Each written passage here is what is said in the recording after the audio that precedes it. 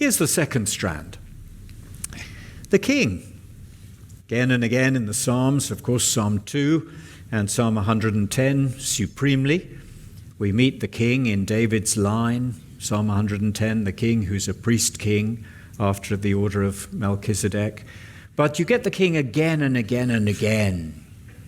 Psalm 2, you're my son, break them with a rod of iron, dash them in pieces like a potter's vessel, you're going to rule the world.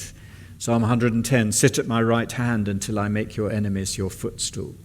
Psalm 132, one of the sons of your body I will set on your throne, echoed in Acts 2. Psalm 72, the king is the recipient of the wealth of the nations. And so the Magi bring in symbol the wealth of the nations to the infant king. And in Revelation 21, the wealth of nations is brought under the government of this king. In Psalm 89, he's the faithful witness, the firstborn of the dead, the ruler of kings on earth. And those three phrases, faithful witness, firstborn of the dead, ruler of kings on earth, they occur together uniquely in that psalm and in Revelation chapter 1 of the Lord Jesus Christ. He's the bridegroom king of Psalm 45. And he is so closely identified with God that hostility to God is the same as hostility to God's king.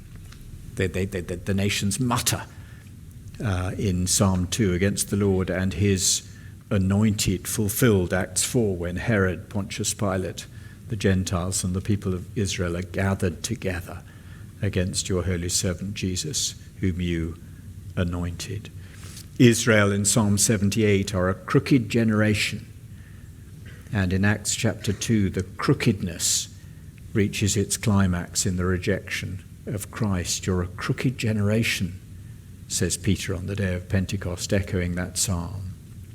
And again in Psalm 78, the unbelieving people of Israel have hearts that are not right, the Greek word eutheia, towards God.